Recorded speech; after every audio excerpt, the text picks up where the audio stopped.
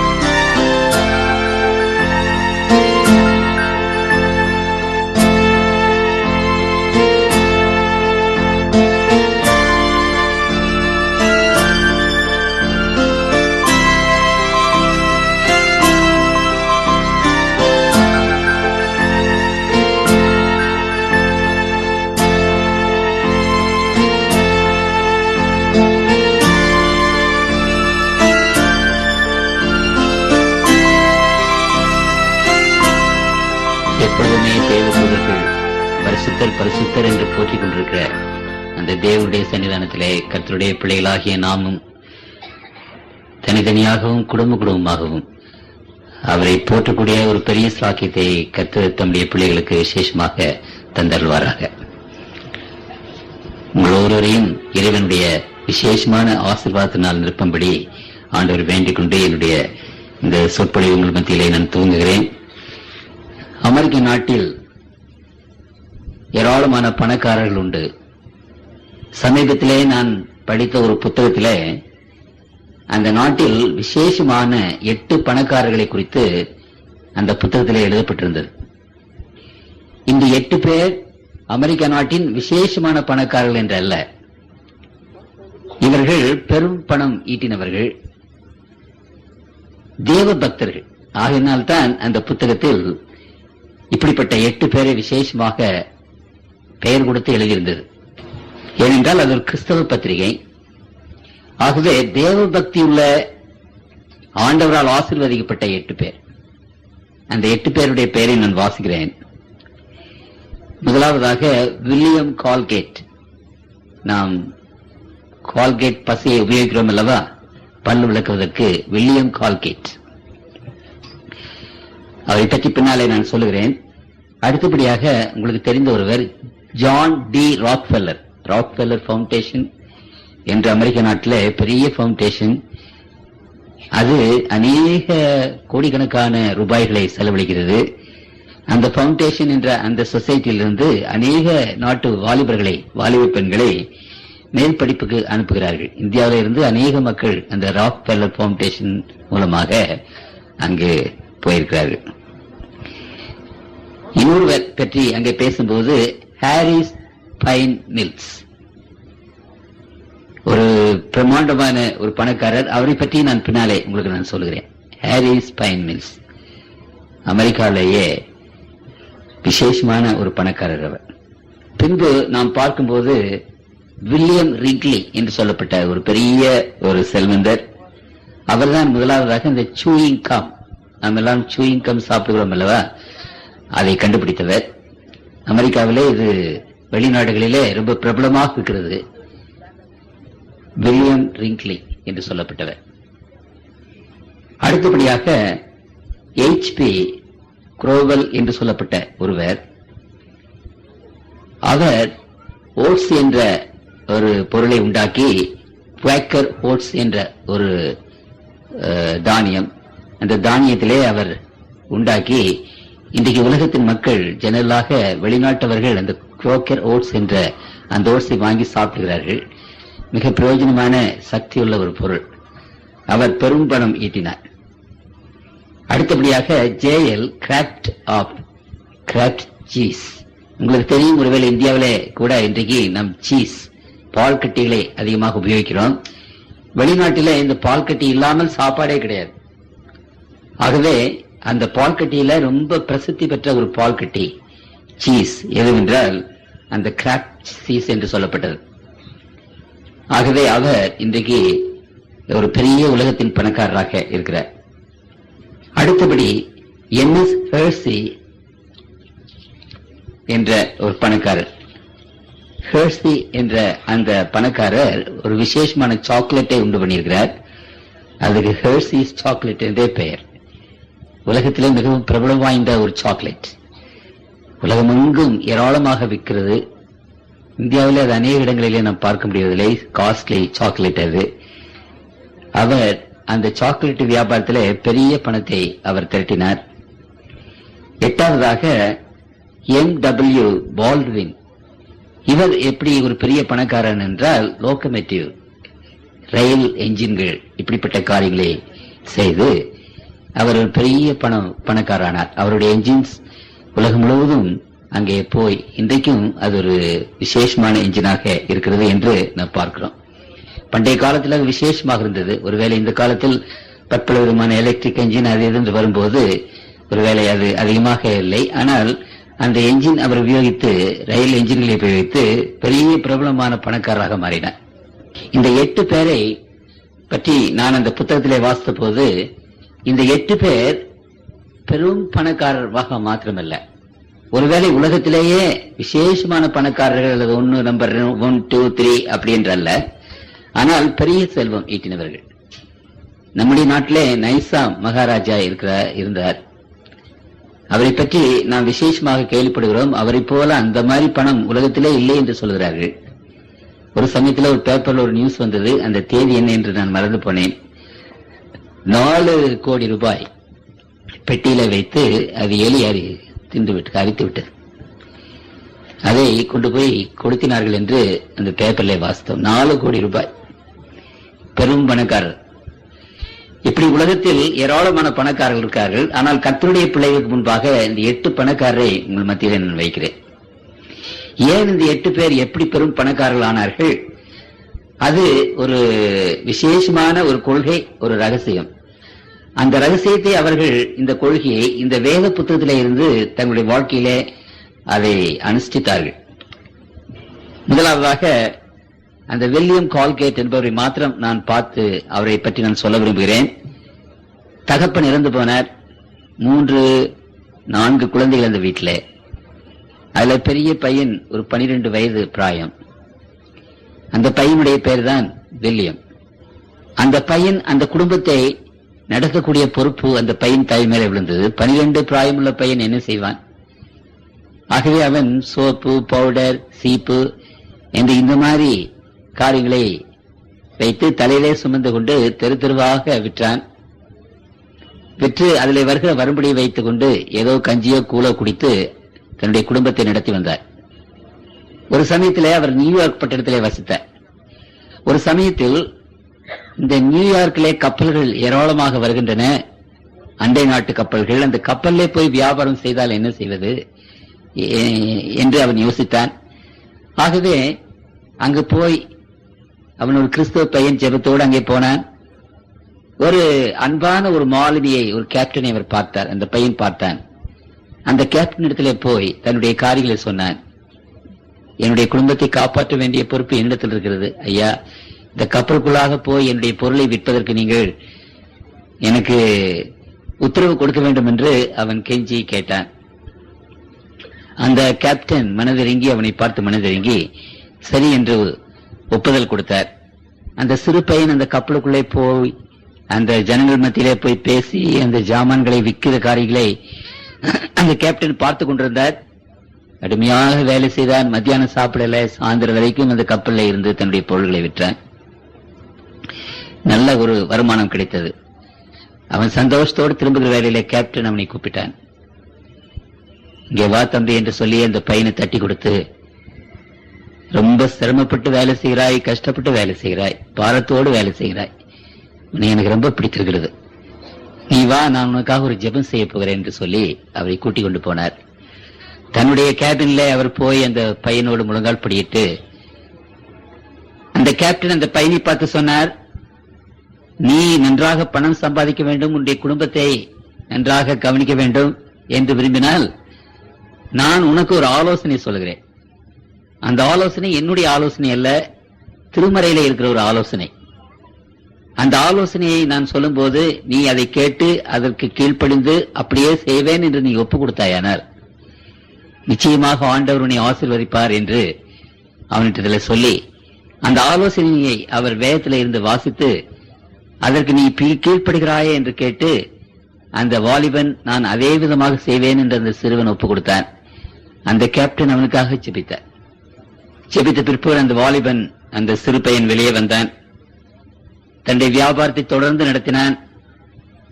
அந்த வேத புத்தகத்திலே அந்த கேப்டன் சொன்ன அந்த ஆலோசனையின்படி அவன் நடந்தான். சீக்கிரமாக ஒரு கடை வைத்தான். ஆண்டவர் அவனுடைய ஆசீர்வாதத்தை கொடுத்தார்.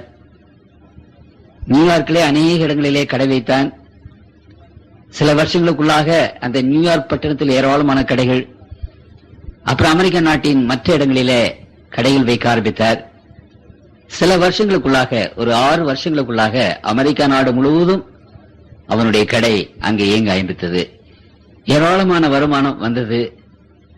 அப்பொழுது அவன் சொன்னான், ஆண்டவரே, இவ்வளவு தூரம் என்னை ஆசீர்வதித்திருக்கிறீரே என்று சொல்லி அவன் தேவனுக்கென்று இன்னும் அதிகமாக கொடுக்க ஆரம்பித்தான்.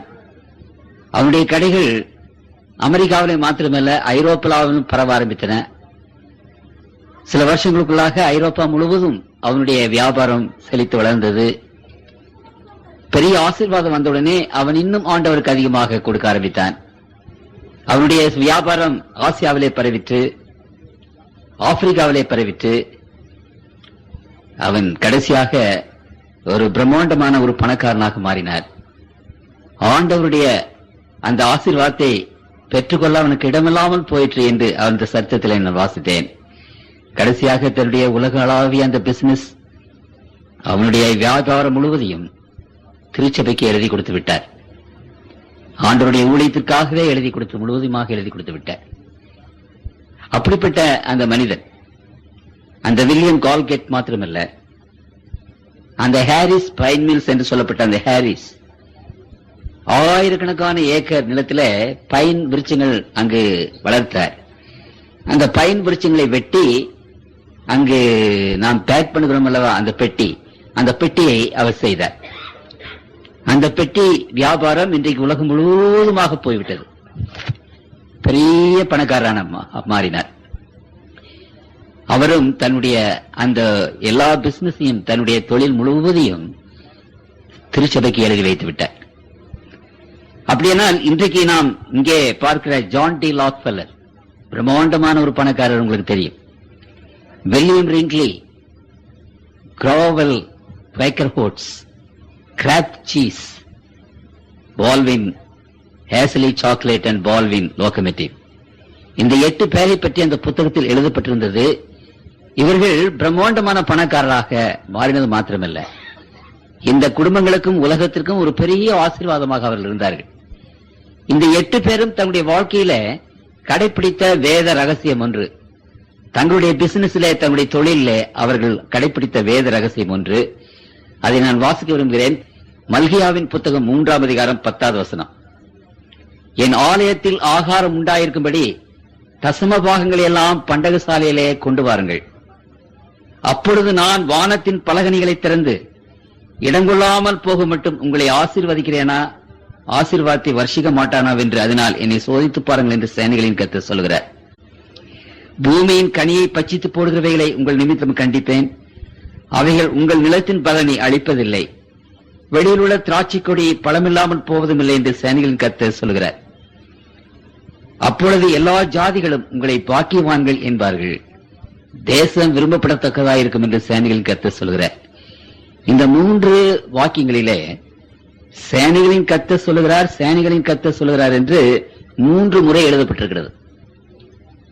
திருமறையில ஒரு முக்கியமான காரியத்தை பற்றி பேசும்போது கர்த்தருடைய வாய் இதை சொல்லிட்டு ஆண்டவர் இதை சொன்னார். இந்த வேத புத்தகம் முழுவதும் ஆண்டவரால் பேசப்பட்டதுதான், ஆண்டவரால் எழுதப்பட்டதுதான்.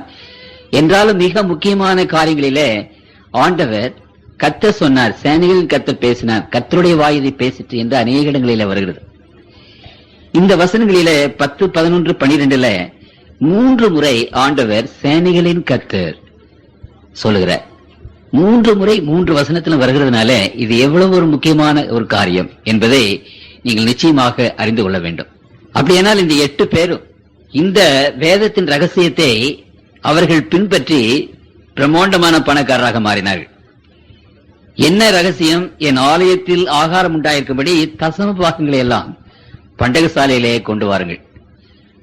தேவனுடைய திருச்சபையிலே நம்முடைய வருமானத்தின் 10ல் 1 பாகம் என்ன வருமானம் வருகிறதோ, விவசாயிகளாக இருந்தாலும் சரி, அல்லது நாம் ஆபீஸ்ல வேலை செய்தாலும் சரி, அல்லது தொழிற்சாலைகளை வைத்து நடத்தினாலும் சரி, சம்பளம் வாங்கினாலும் சரி, நமக்கு வருகிற வரும்படி எதுவாக இருந்தாலும் சரி, ஒருவேளை நாம் சில பயிர் நிலங்கள் இருக்கும், சில பழமரங்கள் நமக்கு இருக்கும், ஒருவேளை நம் தகப்பனார் நமக்கு சிறிது பணம் கொடுத்தாலும் கொடுப்பார், பாக்கெட் மணி இருக்கும். எப்படிப்பட்ட வருமானம் நமக்கு வந்தாலும் சரி, அப்படிப்பட்ட வருமானத்தில தசம பாகம் என்பது 10ல் 1 பாகம். வருமானத்தில் 10ல் 1 பாகத்தை தேவனுக்கென்று கொண்டு வந்து நாம் கொடுத்து விட வேண்டும். அப்படி நாம் செய்யும் போது ஆண்டவர் என்ன சொல்கிறார் கவனிங்கள். ஏராளமான ஆசீர்வாதங்களை தம்முடைய பிள்ளைகளுக்கு தருகிறார். ஒன்று, அப்பொழுது நான் வானத்தின் பலகணிகளை திறந்து இடங்கொள்ளாமல் போக மட்டும் உங்கள் மேல் ஆசீர்வாதத்தை வர்ஷிக்க பண்ண மாட்டேனாவென்று அதனால் என்னை சோதித்து பாருங்கள் என்று சேனைகளின் கர்த்தர் சொல்கிறார். ஆண்டவர் வானத்தின் பலகணிகளை திறந்து நம்மை ஆசீர்வதிப்பார். அந்த ஆசீர்வாதம் திரளாக இருக்கும். அந்த ஆசீர்வாதத்தை நாம் பெற்றுக்கொள்வதற்கு இடம் போதாது. அப்படிப்பட்ட ஓவர்ஃப்ளோயிங் பிளெஸிங்ஸ். ஆசீர்வாதம் ஒரு நதி என்று, ஒரு ஆறு என்று பெருக்கெடுத்து ஓடும். நம்மையும் நம்முடைய குடும்பத்திற்கு பெரும் ஆசீர்வாதமாக மிஞ்சி மீதமாகி அது ஓடும் என்று ஆண்டவர் அங்கே சொல்கிறார். விவசாயிகளை பற்றி ஆண்டவர் சொல்லும் போது, இன்றைக்கு விவசாயிகளுக்கு ஒரு பெரிய பிரச்சனை பூச்சிகள். பூச்சிகள் அந்த மரங்களை, செடிகளை, பயிர்களை கெடுத்து போடுகின்றன. அதற்கு என்னென்ன மருந்து அடித்தாலும் கூட அந்த பூச்சிகள் சாவதில்லை. திருமறையிலே ஆண்டவர் சொல்லுகிற ஒரு விசேஷமான ஒரு வாக்குத்தத்தம், அந்த பூச்சிகள் உங்களுடைய பொருள்களை, உங்களுடைய விவசாயத்தை அழித்து விடாது. உங்கள் நிமித்தம் பூமியின் கனிகளை பச்சித்து போடுகிறவைகளை உங்கள் நிமித்தம் கண்டிப்பேன், அவைகள் உங்கள் நிலத்தின் பலனை அளிப்பதில்லை. உங்களுடைய மரங்கள், உங்களுடைய செடி கொடிகள் பலனில்லாமல் போவதும் இல்லை. எவ்வளவு ஒரு பெரிய ஆசீர்வாதத்தை ஆண்டவர் கொடுக்கிறார். அப்பொழுது எல்லா ஜாதிகளும் உன்னை பாக்கியவான்கள் என்பார்கள். கர்த்தருக்குள் பிரியமானவர்களே, இன்னும் வேதத்தின் மறுபக்கத்திலே நாம் பார்த்தோமானால், எல்லா ஜாதிகளும் உன்னுடைய வஸ்திர தொங்கலை பிடித்துக் கொண்டு நீங்கள் கர்த்தரால் ஆசீர்வதிக்கப்பட்டவர்களாமே என்று உங்களை தொழுது கொள்வார்கள். அப்படிப்பட்ட ஒரு பெரிய ஆசீர்வாதம் இன்றைக்கு கர்த்தருடைய பிள்ளைகளுக்கு முன்பாக ஆண்டவர் வைத்திருக்கிறார். இந்த தசமபாகம் கொடுத்தல் என்ற அந்த ஆசீர்வாதம், அந்த ரகசியத்தை வில்லியம் கால்கேட், நான் என்னுடைய இதுல வில்லியம் கால்கேட் இந்த பல் பசி தான் உபயோகிக்கிறேன். இது ஒரு அட்வர்டைஸ்மெண்ட் அல்ல. எனக்கு அந்த மனிதனுடைய ஜீவியத்திலே நான் கண்ட ஒரு பெரிய ஒரு ஸ்லாக்கியத்தை பார்த்து அதை இந்த பசியைத்தான் உபயோகிக்கிறேன். இந்த கால்கேட் பசியை அவர் உண்டாக்கி, பல்பொடியும் அவர் உண்டாக்கி, சில வருஷங்களிலே நியூயார்க் முழுவதுமாக, அமெரிக்கா நாடு முழுவதுமாக அவருடைய வியாபாரம் பரம்பிற்று. ஆகவே 10 ஒரு பாகம் கொடுத்துக் கொண்டிருந்த அந்த வில்லியம் கால்கேட் அமெரிக்க நாடு முழுவதும் அவருடைய வியாபாரம் பரம்பி ஏராளமான பொருள் வந்தபோது 10 2 பாகத்தை கடவுளுக்கு என்று கொடுக்க ஆரம்பித்தார். அவருடைய வியாபாரம் ஐரோப்பா நாட்டு முழுவதும் பரவின போது, ஏராளமான ஆசீர்வாதம் வந்த போது 10 3 பாகத்தை அவர் காணிக்கையாக, தசம பாகமாக கொடுத்தார்.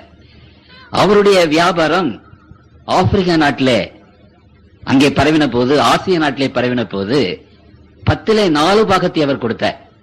தென் அமெரிக்காவிலும் ஆஸ்திரேலியாவிலும் அவருடைய வியாபாரம் பரவின போது 10 5 பாகம், 50% தசம பாகமாக கடவுள் கொடுத்து விட்டார். இன்னும் அதிகமான ஆசீர்வாதத்தை அவர் பெற்ற போது அவருடைய எல்லா பிசினஸ் முழுவதையும், கோடான கோடி டாலர் பிசினஸ், ஆண்டவருடைய ஊழியத்திற்காக சபைக்கென்று அவர் கொடுத்து விட்டார். கர்த்தருக்குள் பிரியமான தேவனுடைய பிள்ளைகளே, இன்றைக்கு இந்த கால்கேட் பசி எத்தனையோ பேர் உபயோகிக்கிறீர்கள். இந்த கால்கேட் பசியினுடைய கதை, வரலாறு இது. அப்படியானால் இந்த கால்கேட் பசியை உலகத்திலே கொண்டு வந்த அவரை ஆண்டவர் அவ்வளவாக ஆசீர்வதித்திருப்பாரானால், ஒரு சிறிய பையன் தெரு தெருவாக அலைந்து இந்த பல்பசியும் சீப்பையும் சோப்பையும் விற்றுக் கொண்டிருந்த ஒரு பையன், அந்த பையன் அவ்வளவு ஏழ்மை, அங்கு தன்னுடைய சகோதர சகோதரிகள் 3 பேர், தாயார், ஒரு சிறிய வருமானத்திலே கஞ்சியும் கூழையும் குடித்துக் கொண்டிருந்த அந்த சிறுவன் இந்த வேதத்தினுடைய அந்த விசேஷமான சத்தியத்தை கடைபிடித்த போது, உண்மையை முத்தமாக கடைபிடித்த போது பிரம்மாண்டமான ஒரு பெரிய பணக்காரராக மாறினார். இந்த கால்கேட் பசை உங்களுக்கு ஒரு பெரிய. அதே விதமாக அந்த பைன் மில்ஸ் என்று சொல்லப்பட்ட அவர் ஹாரிஸ், அவருடைய வியாபாரம் ஏராளமாக வளர்ந்த போது, ஆண்டவர் கொடுத்த அந்த ஆசீர்வாதத்தை பெற்றுக் கொள்வதற்கு இடமில்லை என்ற ஒரு நிலைமை வந்த போது, தன்னுடைய பிசினஸ் முழுவதையுமாக திருச்சபைக்கு அவர் ஒப்படைத்து விட்டார். இந்த 8 பேர்ல 2 பேர் வியாபாரம் முழுவதையுமாக சபைக்கு, ஆண்டவருடைய ஊழியத்திற்கு ஒப்படைத்து விட்டார்கள். அப்படியானால் கர்த்தருக்குள் பிரியமானவர்களே, இந்த ஆண்டவர் சொல்லுகிற, தேவனுடைய பிள்ளைகளுக்கு சொல்லுகிற இந்த விசேஷமான ஒரு ரகசியத்தை உங்கள் முன்பாக வைத்து நான் சற்று நேரம் தியானிக்க விரும்புகிறேன். ஆண்டவருக்கு கொடுங்கள், கடவுளுக்கு கொடுங்கள் என்றெல்லாம் நாம் பேசும்போது அநேகருக்கு சற்று வருத்தமாக இருக்கிறது. எப்பொழுது பார்த்தாலும் கொடுங்கள் கொடுங்கள். இங்கே நமக்கு வர்ற சம்பளமே போதுவதில்லை, நமக்கு வருகிற வரும்படியே நமக்கு பத்தாது. இன்னும் யாராவது கடன் வாங்கி கொண்டு பிழைத்துக் கொண்டிருக்கிற ஒரு சூழ்நிலை.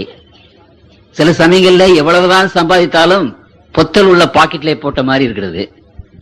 நிரம்பாத ஒரு வாழ்வு, நிறையாத ஒரு வாழ்வு, ஒரு வளமையில்லாத ஒரு வாழ்வு நாம் வாழ்ந்து கொண்டிருக்கிறோம். ஒவ்வொரு பைசாவும் கணக்கு பார்க்க வேண்டியதாக இருக்கிறது.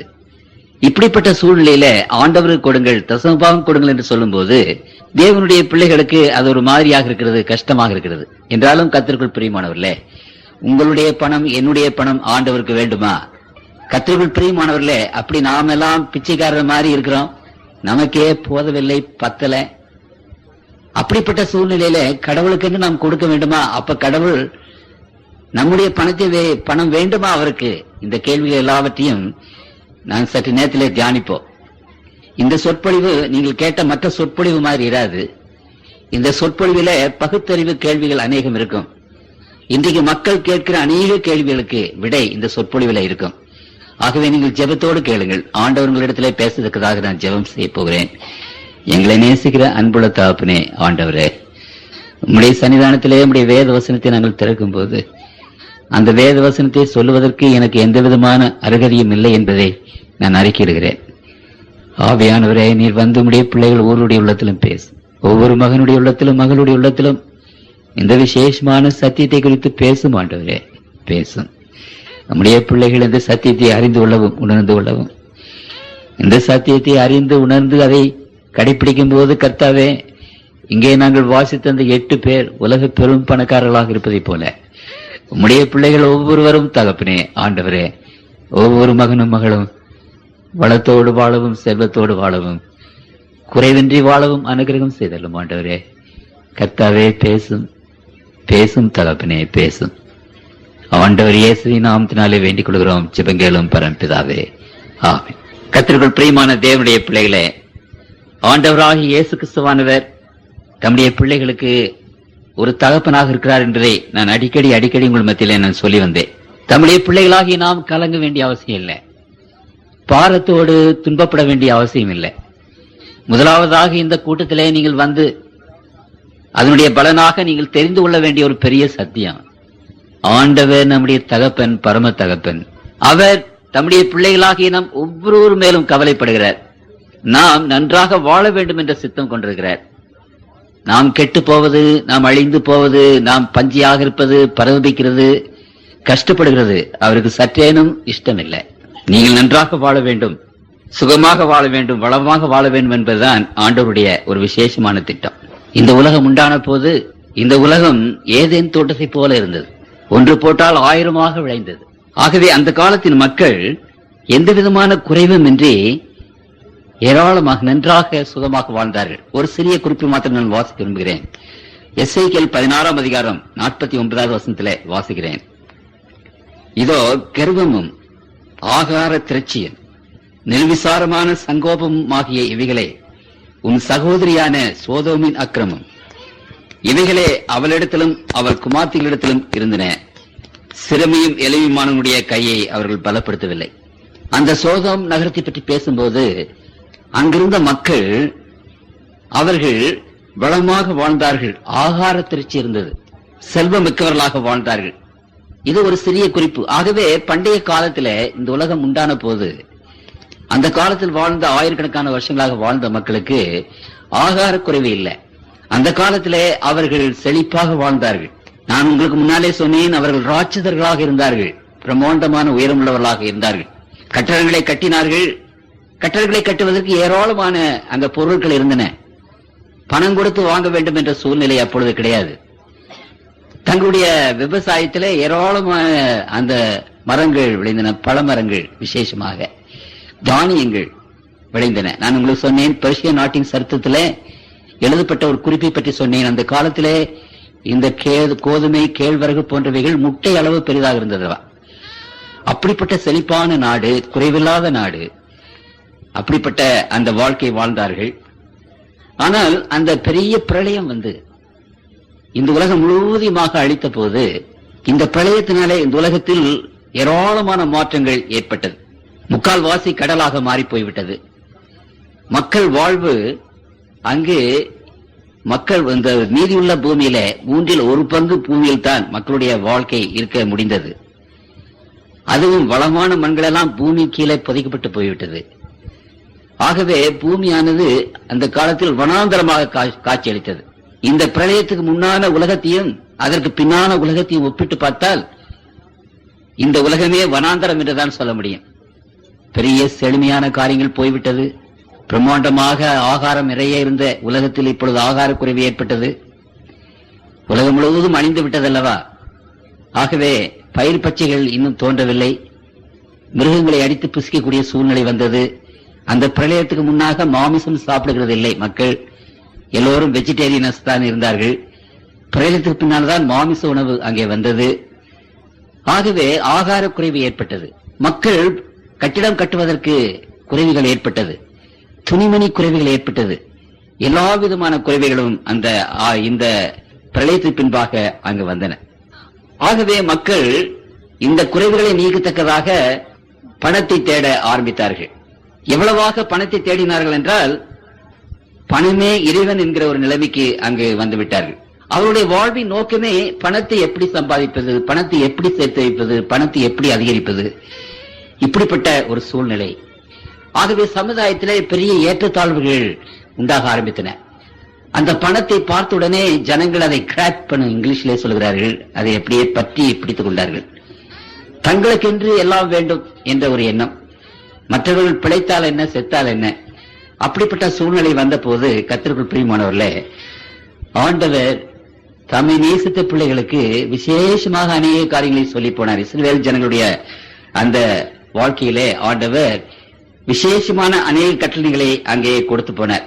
உபாகமம் 15ஆம் அதிகாரம், உன் தேவனாகிய கர்த்தர் உனக்கு கொடுக்கும் தேசத்தில் எந்த வாசலிலும் உன் சகோதரரிலும் எளியவனான ஒருவன் இருந்தால், எளியவனாகிய உன் சகோதரனுக்கு உன் இருதயத்தை நீ கடினமாக்காமலும் உன் கையை மூடாமலும் அவனுக்கு உன் கையை தாராளமாய் திறந்து அவனுடைய அவசரத்து நிமித்தம் அவனுக்கு தேவையானதை கடன் கொடுப்பாயாக. அங்கு ஆண்டவர் சொல்கிறார், அவன் உன்னை குறித்து கர்த்தரை நோக்கி அபாயமிடாதபடிக்கு எச்சரிக்கையாயிரு. அப்படி செய்வாயானால் அது உனக்கு பாவமாயிருக்கும். 10வது வசனம், அவனுக்கு தாராளமாய் கொடுப்பாயாக. அவனுக்கு கொடுக்கும் போது உன் இருதயம் விசனப்படாதிருப்பதாக. அது நிமித்தமாக உன் தேவனாகிய கர்த்தர் உன்னுடைய எல்லா கிரியைகளிலும் நீ கையிட்டு செய்யும் எல்லா காரியங்களிலும் உன்னை ஆசீர்வதிப்பார். தேசத்திலே எளியவர்கள் இல்லாதிருப்பதில்லை.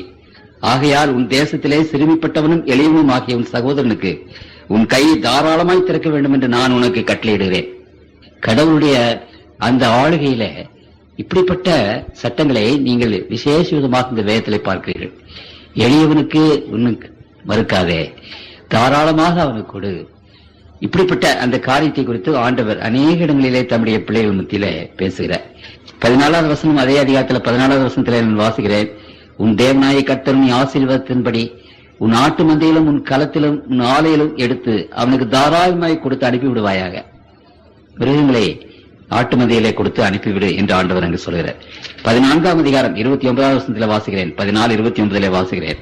லேவியனுக்கு உன்னுடைய பங்கும் சுதந்திரம் இல்லாதபடினாலே அவனும் உன் வாசல்களில் இருக்கிற பரதேசியும் திக்கற்றவனும் விதவையும் வந்து புசித்து திருப்தி அடைவார்களாக.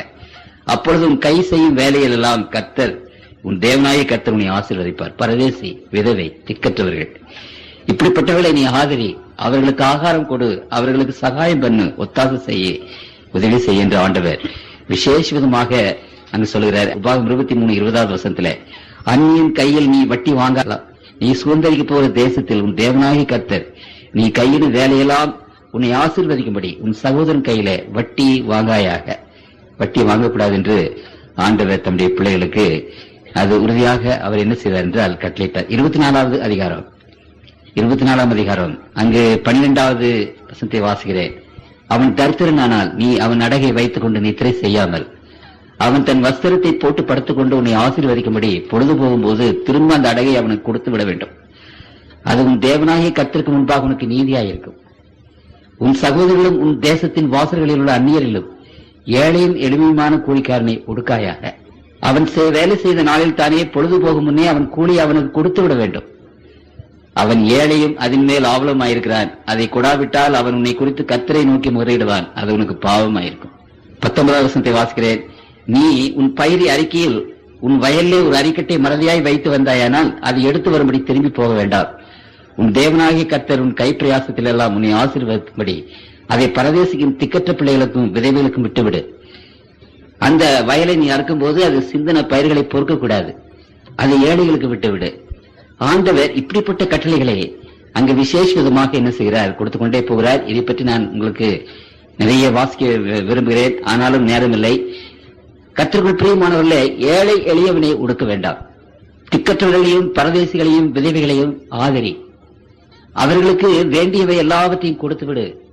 தாராளமாய் கொடு, திரும்ப கேட்காதே. அப்படி கேட்காமல் இருந்தால் உனக்கு அது ஆசீர்வாதமாக இருக்கும். ஒருவேளை பெரிய கடன் பட்டு விட்டால் 7வது வருஷம் வரும்போது அந்த கடனை எவ்வளவு பெரிய கடன் ஆனாலும் அதை மன்னித்து விடு. இப்படிப்பட்ட இந்த கட்டளைகளை ஆண்டவர் இங்கே கொடுத்திருக்கிறார். இந்த உலகத்தில் கர்த்தருக்குள் பிரியமானவர்களே, இப்படிப்பட்ட விசேஷமான கட்டளைகளை ஆண்டவர் கொடுத்திருக்கிறார். ஒரு வசனம் எனக்கு மிகவும் பிடித்த ஒரு வசனத்தை நான் உங்கள் மத்தியில வாசிக்க விரும்புகிறேன். உபாகமம் 15ஆம் அதிகாரம் 4வது வசனத்தை வாசிக்கிறேன். எளியவன் உனக்குள் இல்லாதிருக்கும்படியாக. கர்த்தருக்குள் பிரியமான தேவனுடைய பிள்ளைகளே, ஆண்டவருடைய சித்தம் என்ன, அவருடைய விருப்பம் என்ன? தம்முடைய பிள்ளைகள் மத்தியிலே எளியவன் யாரும் இருக்கக்கூடாது, யாரும் ஏழையாக வாழக்கூடாது. அதுதான் ஆண்டவருடைய ஒரு திட்டம். பஞ்சியாக, பரதேசியாக, ஆகாரம் இல்லாமல், துணி இல்லாமல், வீடு இல்லாமல் ஒரு மனிதனும் இந்த உலகத்தில் வாழக்கூடாது.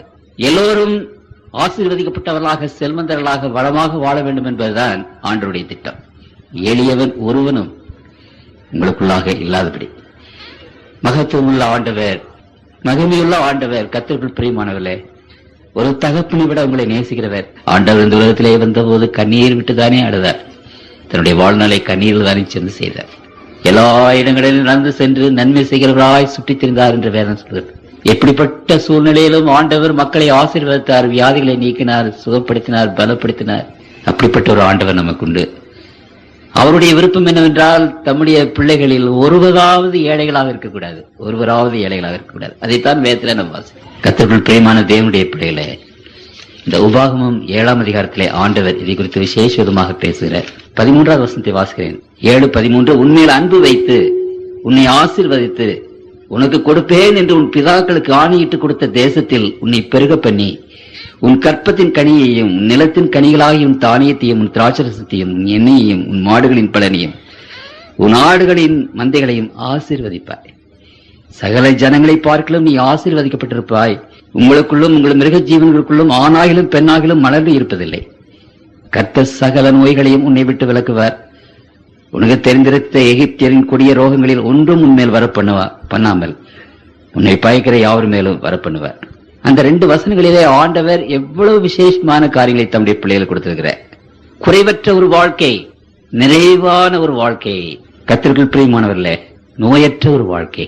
அப்படிப்பட்ட வாழ்க்கையை உங்களுக்கு கொடுத்து உனக்கு ஆசீர்வதிப்பார். 28ஆம் அதிகாரத்தை நீங்கள் வாசித்து பாருங்கள். தம்முடைய பிள்ளைகளுக்கு ஆண்டவர் எவ்வளவு விசேஷமான ஆசீர்வாதங்களை தம்முடைய பிள்ளைகளுக்கு கொடுக்கிறார்.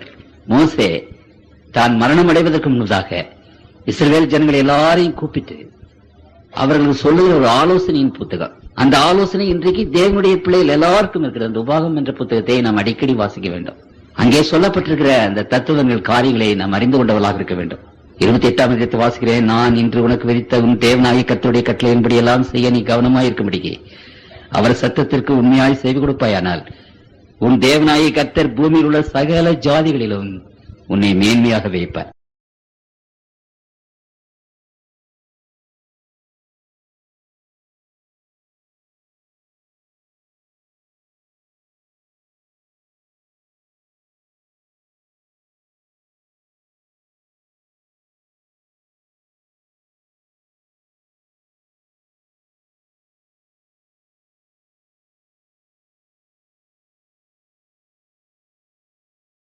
உனக்கு விரோதமாய் எழும்பும் உன் சத்துருக்களை கர்த்தர் உனக்கு முன்பாக முறியடிக்கப்படும்படி ஒப்பு கொடுப்பார். ஒரு வழியாக உனக்கு எதிராக புறப்பட்டு வருவார்கள், 7 வழியாக உனக்கு முன்பாக ஓடி போவார்கள். கர்த்தர் உன் களஞ்சியங்களிலும் நீ கையிடும் எல்லா வேலையிலும் உனக்கு ஆசீர்வாதம் கட்டளையிடுவார். உன் தேவனாகிய கர்த்தர் உனக்கு கொடுக்கும் தேசத்திலே உன்னை ஆசீர்வதிப்பார். பாருங்க, எப்படி ஒரு ஆசீர்வாதத்தை கர்த்தர் தம்முடைய பிள்ளைகளை கொடுக்கிறார். கர்த்தருக்குள் பிரியமான தேவனுடைய பிள்ளைகளே, ஆண்டவர் தம்முடைய பிள்ளைகளாகிய நாம் சுகமாக இருக்க வேண்டும், வளமாக இருக்க வேண்டும், சந்தோஷமாக இருக்க வேண்டும், செல்வத்தோடு வாழ வேண்டும், வளமையாக வாழ வேண்டும் என்றுதான் ஆண்டவர் தம்முடைய பிள்ளைகளுக்கு விரும்புகிறார். அவருடைய திட்டமே என்ன என்றால், தன்னுடைய பிள்ளைகள், தன்னை விசுவாசிக்கிற பிள்ளைகள் ஒருவராவது, not even a single man or single woman should be poor. இந்த உலகத்தில் நாம் வாழ்நாள் எல்லாம் ஒரு மனிதன் கூட ஏழையாக இருக்கக்கூடாது என்ற ஒரு எண்ணம். அப்படிப்பட்ட எண்ணத்தோடு கர்த்தர் தம்முடைய பிள்ளைகளுக்கு ஆலோசனைகளை தருகிறார். அந்த ஆலோசனை விசேஷமான ஒரு ஆலோசனை தான் இப்பொழுது நான் வாசித்தேன். உங்கள் தசமபாகங்களை எல்லாம் தேவனுடைய ஆலயத்திலே கொண்டு வாருங்கள். அப்பொழுது வானத்தின் பலகணிகளை திறந்து இடமில்லாமல் போக மட்டும் உங்களை நான் ஆசீர்வதிக்கிறேனா இல்லையா என்று பாருங்கள் என்று ஆண்டவர் சொன்னார். சோதித்து பாருங்கள். ஆண்டவரை சோதிக்க கூடாது. பிசாசானவன் அந்த மலையிலே ஆண்டவரை சோதித்த போது ஆண்டவர் சொன்னார், உன் தேவனாகிய கர்த்தரை சோதிக்காதிருப்பாயாக என்று சொன்னார். சோதிப்பது பாவம் என்றாலும் பணம் என்றால் பணமும் வாய் திறக்குதே, ஆகவே சோதித்து கூட பாருங்கள் என்று ஆண்டவர் சொல்லிவிட்டார். ஆண்டவரை நீங்கள் இந்த விஷயத்தில் நீங்கள் என்ன செய்யலாம் என்றால் சோதித்து பார்க்கலாம். இந்த ஆசீர்வாதங்களை கர்த்தர் தம்முடைய பிள்ளைகளுக்கு கொடுக்கும் போது சில காரியங்களை ஆண்டவர் தம்முடைய பிள்ளைகள் மத்தியிலே கேட்கிறார், விரும்புகிறார். அதுல ஒன்றுதான் விசேஷமாக இந்த தசமபாகம் கொடுக்கிற என்ற அந்த ஆசீர்வாதத்தை கர்த்தர் தம்முடைய பிள்ளைகளுக்கு கொடுக்கிறார்.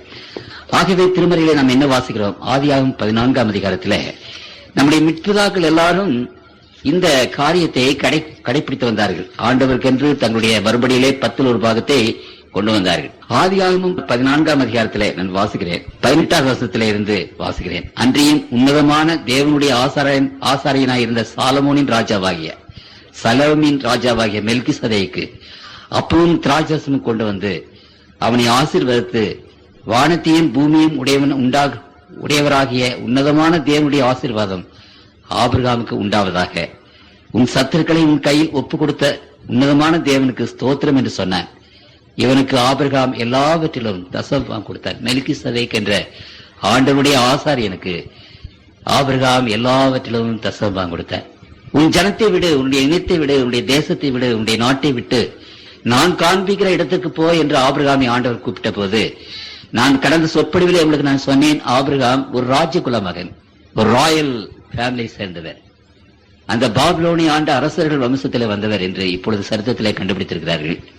ஒரு பெரிய சேனாதிபதி, ஏராளமான சொத்துக்கு சொந்தக்காரராக இருந்தார், வல்லமைக்கு சொந்தக்காரராக இருந்தார். எல்லாத்தையும் விட்டுட்டு ஆண்டவர் போய் என்று சொன்னார். ஆபிரகாம் கீழ்ப்படிந்தார்.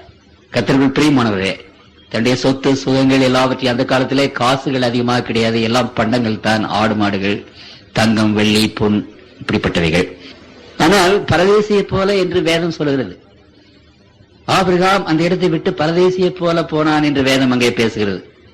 ஆபிரகாம் என்றாலும் தன்னுடைய எல்லா காரியங்களிலும் ஆண்டவருக்கு தசமபாகம் கொடுத்ததினாலே அங்கே 13ஆம் அதிகாரம் 2ஆவது வசனத்திலே வாசிக்கிறேன். 13:2 ஆபிரகாம் மிருக ஜீவன்களும் வெள்ளியையும் பொன்னுமான ஆஸ்திகளை உடைய சீமானாயிருந்தான்.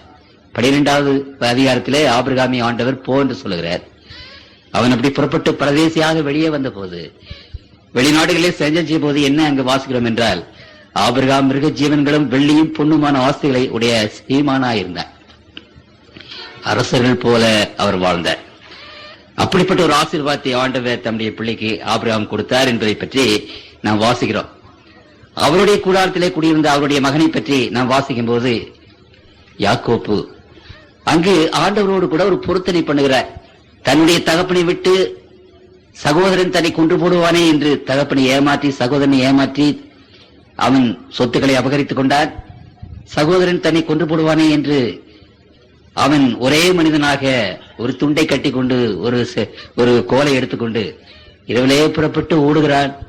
தன்னுடைய சகோதரனுடைய கைக்கு தப்பி ஒரு இடத்துல ஒரு கல்லின் மேலே தலை வைத்து படுகிறான். ஆண்டவர் அவனோடு கூட இருப்பதாக தரிசனம் கொடுக்கிறார். அந்த தரிசனத்தின் முடிவிலே அவன் எழுந்து அந்த ஆண்டவரோடு கூட அவர் ஒரு பெரிய ஒப்பந்தம் செய்து கொள்கிறார். ஆதியாகமம் 28வது அதிகாரத்திலே அதை குறித்து நாம் வாசிக்கிறோம். 21 இருந்து வாசிக்கிறேன்.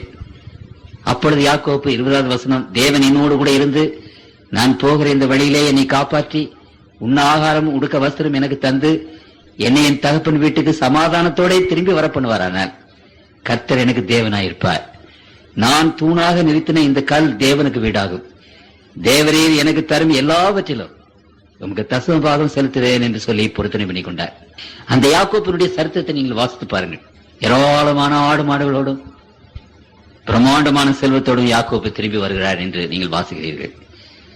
ஆண்டவர் அந்த தசமபாகம் கொடுத்த அந்த மகனை ஏராளமாக ஆசீர்வதித்த, வானத்தின் பலகணிகளை திறந்து ஆசீர்வதித்தார் என்று அங்கு நாம் விசேஷமாக வாசிக்கிறோம்.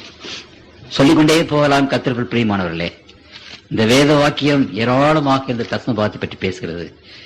உதாரணமாக இஸ்ரவேல் ஜனங்களுக்கு ஆண்டவர் கொடுத்த ஒரு கட்டளை லேவியராகமம் 27ஆம் அதிகாரத்திலே 30வது வசனத்தை நான் வாசிக்கிறேன். தேசத்திலே நிலத்தின் வித்திலும் விருட்சங்களின் கனியிலும் தசமபாகம் எல்லாம் கர்த்தருக்குரியது, அது கர்த்தருக்கு பரிசுத்தமானது. 32வது வசனத்திலே வாசிக்கிறேன். கோலின் கீழ்ப்பட்ட ஆடு மாடுகளிலே 10 ஒரு பங்கு ஆகிறதெல்லாம் கர்த்தருக்கு பரிசுத்தமானது. அப்படியானா கர்த்தருக்குள் பிரியமானவர்களே, இந்த சட்டத்தை இஸ்ரவேல் ஜனங்களுக்கு முன்பாக ஆண்டவர் வைத்தார். 10 ஒரு பாகம் கனியானாலும் சரி, அது நிலத்திலே வருகிற தானியமானாலும் சரி, அது ஆடு மாடுகள் ஆனாலும் சரி, அது எதுவானாலும் சரி, ஆண்டவர் 2 காரியத்தை குறித்து சொன்னார். அந்த 10 ஒரு பாகம் கர்த்தருக்குரியது, அது ஆண்டவருடையது, அது பரிசுத்தமானது. அது தொடக்கூடாது. பரிசுத்தமான காரியங்களை நம்ம தொடக்கூடாது. இன்றைக்கு 1000 ரூபாய் சம்பளம் வாங்குகிறோம் என்று சொன்னால், உங்களுடைய சம்பளம் என்னவென்று கேட்டால், கர்த்தருக்குள் பிரியமானவர்களே, நம்முடைய சம்பளம் 900 ரூபாய் என்றுதான் நாம் சொல்ல வேண்டும். அந்த எண்ணம் நமக்கு வேண்டும். ஏனென்றால் அந்த 100 ரூபாய் 10 ஒரு பாகம் நம்முடையதல்ல. இதைத்தான் வேதம் விசேஷ விதமாக ஆண்டவர் நமக்கு வலியுறுத்தி பேசுகிறார். ஆண்டவர் நமக்கு இன்றைக்கு கொடுத்திருக்கிற எல்லாவற்றும் கடவுளுடைய கிருபையினாலே நாம் பெற்றுக்கொண்டோம். கடவுளிடத்திலிருந்தே வருகிறது. உதாரணமாக ஓசியாவின் புத்தகம் 2ஆம் அதிகாரம் 8வது வசனத்திலே ஆண்டவர் எப்ராயிமை பற்றி பேசும்போது சொல்கிறார். ஓசியா 2:8 தனக்கு நான் தானியத்தையும் திராட்சரசத்தையும் எண்ணெயையும் கொடுத்தவர் என்றும், தனக்கு நான் வெள்ளியையும் பொன்னையும் பெருக பண்ணினவர் என்றும் அவன் அறியாமல் போனான். அவைகளை அவர்கள் பாகாலுடையதாக்கினார்கள். அநேக சமயங்களிலே நாம் சம்பாதிக்கிற பொன்னும் வெள்ளியும் அல்லது பணமும் ஆண்டவர் கொடுத்தது என்று அறியாதவர்களாக இருக்கிறோம். அந்த எப்ராயிமை போல நாம் சம்பாதித்தது என்னுடைய புத்தி, என்னுடைய ஞானம், என்னுடைய கை பிரயாசை, அதனாலே சம்பாதித்தது என்று அந்த எப்ராயிம் என்பனை போல நாம் என்ன செய்கிறோம் என்றால் அங்கே சொல்லிக் கொண்டிருக்கிறோம். அது ஆண்டவர் கொடுத்தது என்று நமக்கு அது தெரிவதில்லை. அது ஒத்துக்கொள்வதற்கு நமக்கு அதுக்கு விருப்பம் கிடையாது. உபாகமம் 8:18 உன் தேவனாகிய கர்த்தரை நினைப்பாயாக, அவரே உன் பிதாக்களுக்கு ஆணையிட்டு கொடுத்த தம்முடைய உடன்படிக்கையை உறுதிப்படுத்தும்படி இந்நாளில் உனக்கு உண்டாயிருக்கிறது போல ஐஸ்வர்யத்தை சம்பாதிக்கிறதுக்கான பலனை உனக்கு கொடுக்கிறவர். இன்றைக்கு நாம் வேலை செய்து சம்பாதிக்கிறோம். அப்படியானால் அந்த பலனை கொடுக்கிறவர் யார்? நாம் சாப்பிடுகிற ஆகாரமானது ஜீரணமாகி அது நம்முடைய ரத்தமாக மாம்சமாக மாறி அது நம்முடைய உடல்ல ஒரு எரிபொருளாக மாறி நமக்கு ஒரு சக்தியை கொடுத்து, அந்த சக்தினாலே நாம் யோசிக்கிறோம், நம்ம சிந்திக்கிறோம், நம்ம நடக்கிறோம், நம்ம ஓடுகிறோம், நம்ம காரியங்களை செய்கிறோம், சம்பாதிக்கிறோம்.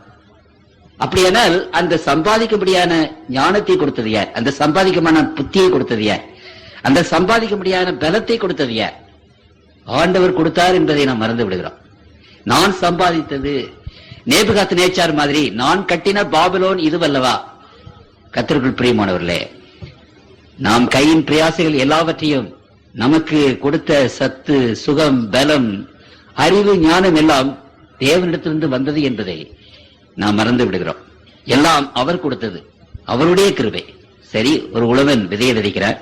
நாம் அந்த உழுகிறோம், கல்லெல்லாம் பொறுக்கி போடுகிறோம், அங்கே விதை விதைக்கிறோம். அப்பொழுது இந்த விதை விதைத்து விட்டு நம்முடைய வேலை முடிந்து விட்டது. சமயத்திலே களை கொத்துகிறோம், தண்ணீர் பாய்ச்சுகிறோம், உரம் போடுகிறோம். அந்த தண்ணீர் எங்கே இருந்து வருகிறது? மழையாக பெய்கிறது. அப்ப மழை யார் கொடுக்கிறார்? அந்த வித்தை முளைக்க செய்கிற சக்தி அது. அது முளைத்து சரியாக வரும்போது 2 இலை 4 இலை 10 இலை என்று வரும்போது அதை வளர செய்கிறது யார்? பூச்சி புழுக்களில் இருந்து காப்பாற்றுகிறார். கர்த்தருக்குள் பிரியமானவர்களே, ஒரு குழந்தை நமக்கு வரும்போது அந்த குழந்தையை எவ்வளவு கவனமாக நாம் பாதுகாக்கிறோம். அந்த குழந்தைக்கு வியாதி வராதபடி, அந்த குழந்தைக்கு வாந்தி பதி வராதபடி, அந்த குழந்தைக்கு டயரியா வராதபடி, அந்த குழந்தைக்கு நேரத்தில் ஆகாரத்தை கொடுத்து எடுத்து வளர்க்கிறோமே. இந்த உலகத்தில் இருக்கிற ஒவ்வொரு செடி கொடி எல்லாவற்றையும் ஆண்டவர் அப்படித்தான் வளர்க்கிறார். the same kind of care, அப்படிப்பட்ட ஒரு கேர். அதோடு தான் அந்த செடிகள் எல்லாம் வளர்கிறது. அது நமக்கு தெரிவதில்லை. திடீரென்று ஒரு பழமரத்தை நட்டு விட்டோம், அது பழம் வருகிறது, அந்த பழத்தை புசிக்கிறோம். அந்த பழ மரத்தை அதை பாதுகாத்து அந்த பழத்தை கொடுக்கும்படி செய்த ஆண்டவர் எவ்வளவு அதற்காக கவலைப்பட்டிருக்கிறார், அதை காப்பாற்றுகிறார் என்று நமக்கு புரிகிறதில்லை. சரி, அப்புறம் சூரிய வெளிச்சத்தை யார் கொடுப்பது? சூரிய வெளிச்சம் இல்லாமல் பயிர்கள் வளராது. கர்த்தருக்குள் பிரியமானவர்களே, அப்படியானால் அது யார் வளர செய்வது? நாம போய் தூங்கிடுறோம். ஆனால் இரவு பகலாக ஆண்டவர் தூங்காதபடி அந்த செடி கொடிகளையும் அந்த பயிர்களையும் காப்பாற்றி ஏராளமான அந்த வெளிச்சத்தை கொடுத்து, தண்ணீரை கொடுத்து, பலவிதமான அந்த நிலத்து உரத்தை போடுகிற அந்த நிலத்தை சக்தியாக மாற்றி அந்த செடிகள் வளர செய்து, ஒரு விதை போட்டு ஆயிரக்கணக்கான விதைகளை பலனாக கொடுத்து கடைசியில நமக்கு அறுவடையை கொடுக்கிறார். அப்படியானால் இந்த அறுவடை வரைக்கும் நாம் செய்த வேலை எவ்வளவு, ஆண்டவர் செய்த வேலை எவ்வளவு என்று நாம் பார்ப்போமானால், நாம் செய்த வேலை 1000ல் 1 கூட கிடையாது. 1000 மடங்கு ஆண்டவர் வேலை செய்து அந்த பயிரை நமக்கு தந்திருக்கிறார். நம்ம எல்லாம் உறங்கி சந்தோஷமா இருக்கிற நேரத்துல அந்த பயிரை காப்பாற்றுகிறார் கர்த்தர். அப்படி எல்லா வேலைகளையும், 3/4 வேலை 1000ல் 999 பங்கு வேலை அவர் செய்துவிட்டு கடைசியில பலன் வரும்போது உங்களிடத்துல என்னிடத்துல என்ன கேட்கிறார், 999 பங்கு எனக்கு, உனக்கு 1 பங்கு என்று ஆண்டவர் சொல்லல. நீ 9 பங்கை வைத்துக்கொள், 1 பங்கை எனக்கு கொடுத்துருன்னு கேட்கிறார். இது நியாயமா? இது சரிதானா?